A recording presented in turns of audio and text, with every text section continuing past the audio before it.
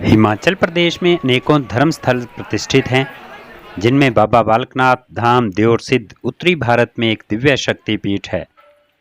यह पीठ हमीरपुर से 45 किलोमीटर दूर देउर सिद्ध नामक सुरमय पहाड़ी पर है। इसका प्रबंध हिमाचल सरकार के अधीन है। हमारे देश में अनेकानेक देवी देवताओं के अलावा 9 नाथ और 84 सिद्ध भी हुए हैं, जो सहस्रों वर्षों तक जीवित रहते हैं और आज भी अपने सूक्ष्म रूप में वे लोक में विचरण करते हैं।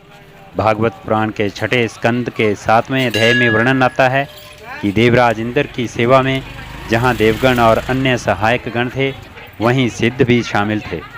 नाथों में गुरु गोरखनाथ का नाम आता है। इसी प्रकार 84 सिद्धों में बाबा बालकनाथ का नाम भी आता है। वर्तमान समय में महंत राजेंद्र गिरी जी महाराज ही इस समय सेवा करते हैं।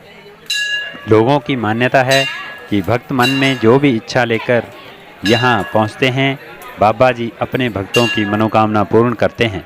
इसलिए देश विदेश व दूर दूर से श्रद्धालु बाबा जी के मंदिर में अपने श्रद्धा सुमन अर्पित करने पहुँचते हैं। 14 मार्च संक्रांति वाले दिन से यहाँ वार्षिक मेला प्रारंभ होता है।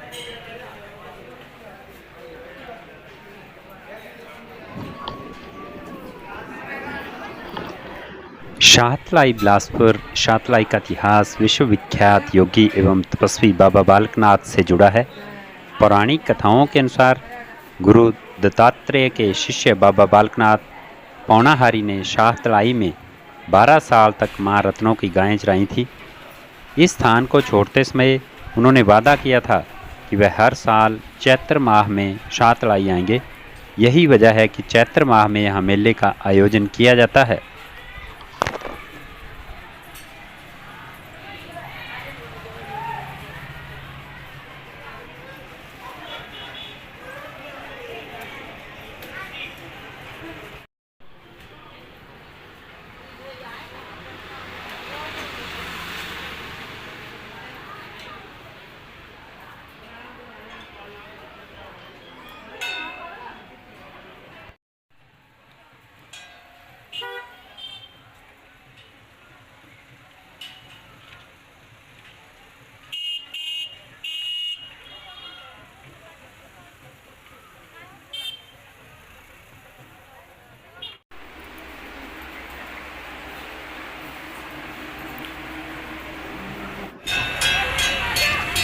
चैत्र मेलों में देश विदेश से लाखों श्रद्धालु दर्शन करने के लिए यहाँ पहुँचते हैं।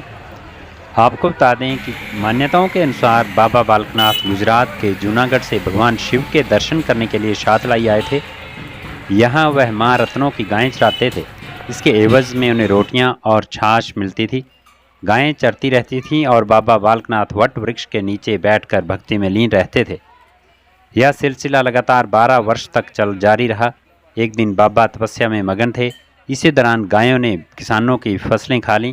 किसानों ने मां रत्नों के पास जाकर शिकायत कर दी।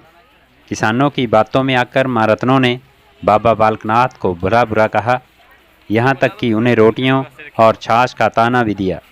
मां रत्नों की बातें शांत स्वभाव से सुनने के बाद बाबा ने वट वृक्ष के खोल में रखी 12 वर्षों की रोटियां और छाछ से भरा तालाब उन्हें दिखा दिया। तब कहीं जाकर मां रत्नों को बाबा बालकनाथ के दिव्य पुरुष होने का एहसास हुआ। उन्होंने बाबा से क्षमा याचना की, लेकिन बाबा उस स्थान को त्याग कर धौलगिरी पर्वत की ऊंची चोटी पर स्थित गुफा में चले गए। देउर सिद्ध में स्थित यह पवित्र गुफा एक धार्मिक स्थल के रूप में विश्वविख्यात है। बाबा बालकनाथ ने मां रत्नों से वादा किया था कि वह हर साल चैत्र माह में शाहतलाई आएंगे। इसलिए चैत्र माह में शाहतलाई में मेले का आयोजन किया जाता है।